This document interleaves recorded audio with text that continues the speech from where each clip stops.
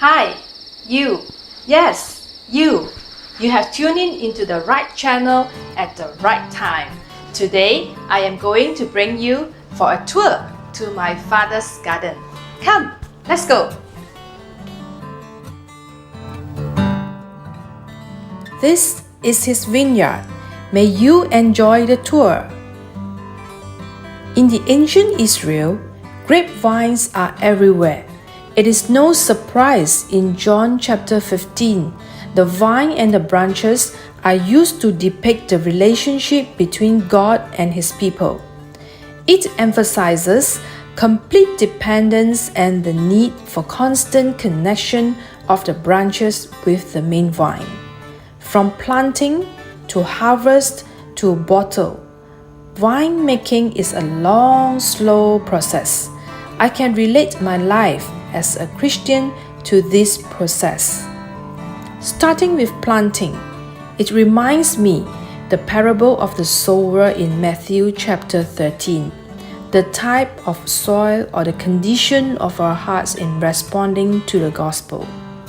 Move forward when the vine reaches its dormancy, no foliage above ground at all, but the roots have dug deep into the soil and are feeding on the nutrients needed to produce fruit.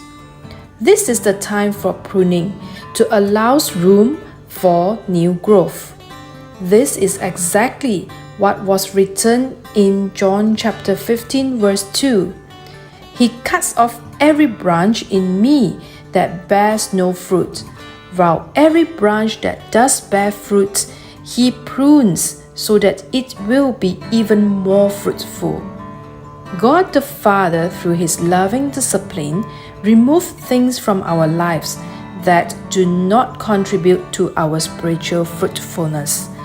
God may prune us through conviction or circumstances. If you are in this season, feeling some pain and struggles, rest assured that it is for a greater purpose. Hang on there. When vines emerge from dormancy, bud break, and shoots grow, it then further swells into flowers and set.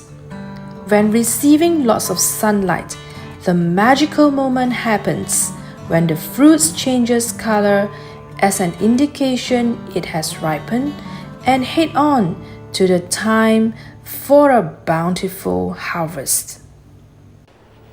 I hope you have enjoyed the short lesson of the life cycle of a wine grape and able to identify your own season or stage. With the passing of each event announces the beginning of a new stage. New growth is inevitable after the pruning stage. Many of us tend to focus so much on the pruning process, but forgot to put our energy to prepare for the anticipated new growth. During this season, we can use this opportunity to remove distractions that will allow for new growth in our lives and in our relationship with God. I agree that the uncertainty of these times can be anxiety-inducing, but it's important to remember that we might be in this for a long haul and wear us out. What's the preparation? What's the remedy?